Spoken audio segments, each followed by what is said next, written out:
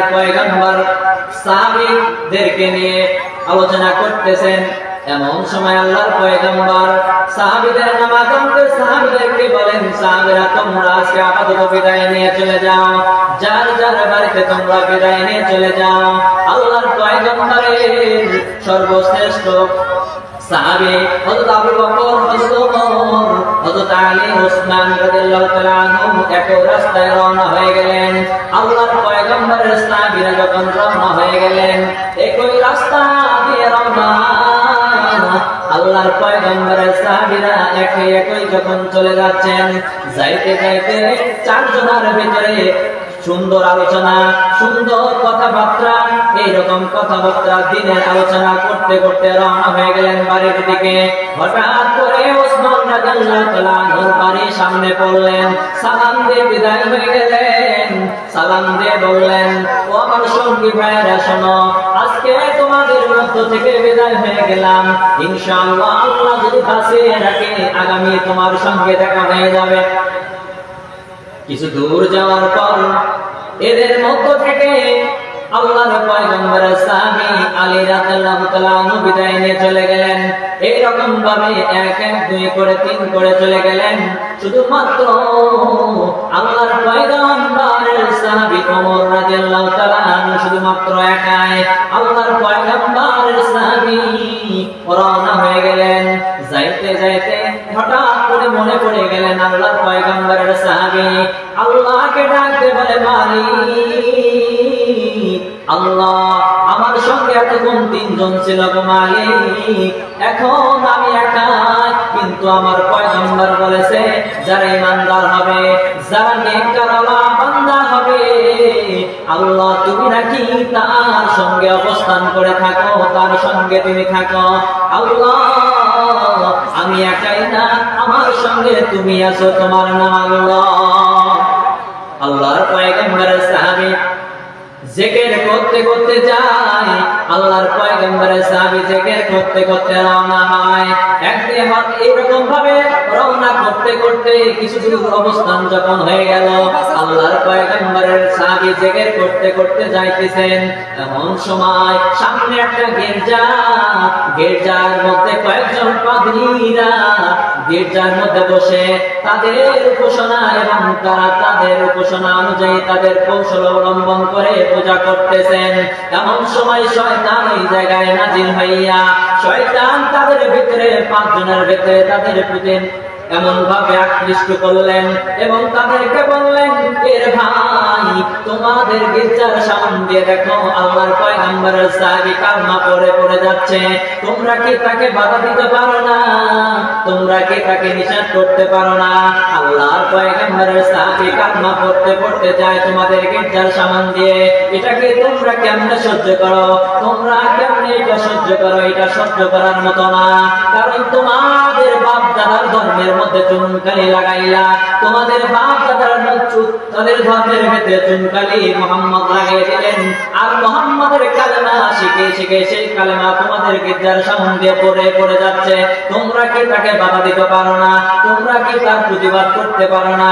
এখন সে আল্লাহর পয়গম্বরের সাহাবী একাই রয়েছে, আর এখানে তোমরা 5 জন আর আমি তোমাদের সঙ্গে থাকলাম, আমি সহকারে তোমরা হলো 6 জন।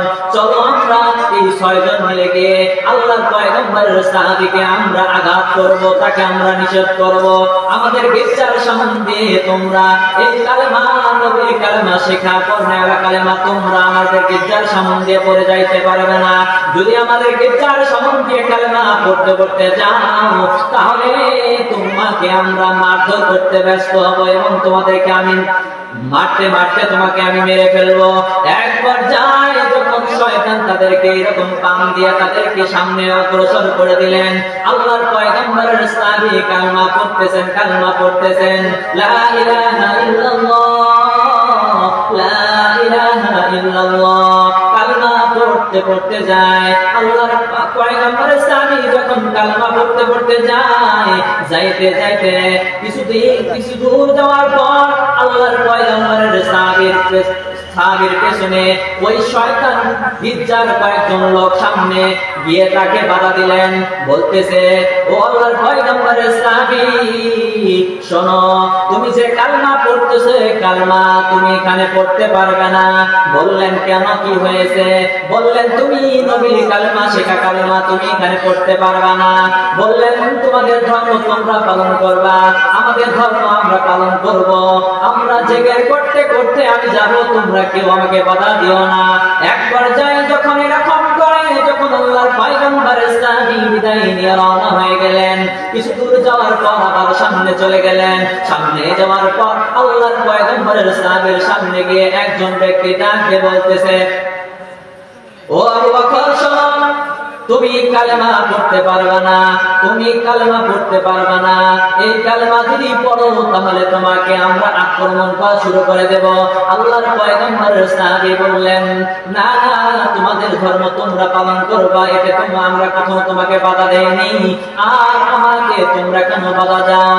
এক পর্যায়ে কোনো কথা নাই, কোনো বার্তা নাই, আবার কথা সেরে যখন রওনা হয়ে গেলেন, কিছু দূর যাওয়ার পর কাফের মুশরিকরা পেছন দিক থেকে তাকে এমন ভাবে গালি দিতে শুরু করলেন, বললেন তোমার আল্লাহ বড় ফকিন্নি, তোমার নবী বড় ফকিন্নি, নাউজুবিল্লাহ। এইরকম ভাবে গালি দিতে শুরু করলেন।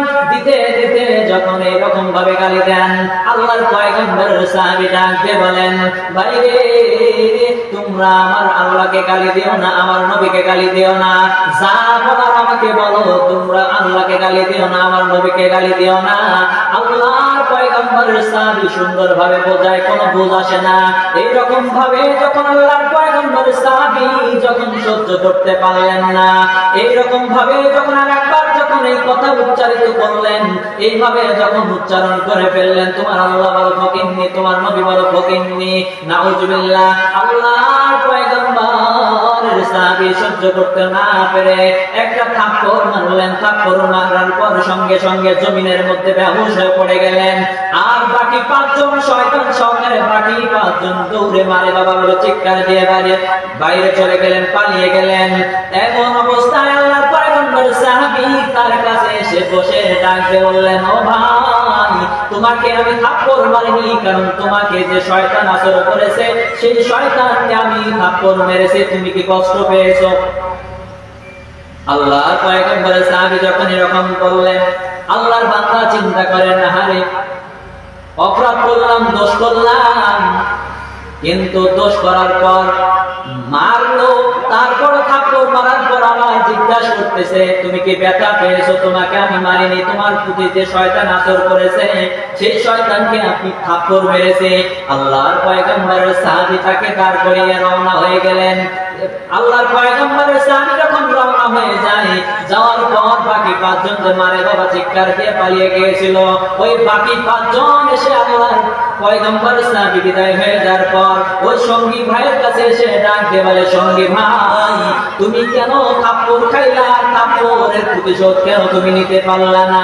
ডাক দিয়ে বলেন, ভাই রে, যত বড় একটা ওজনের থাপ্পড় খেয়েছি, এই ওজনের থাপ্পড় খাইয়া জমিনের মধ্যে বেহুশ হয়ে পড়ে গেছি, কিভাবে প্রতিশোধ নেব?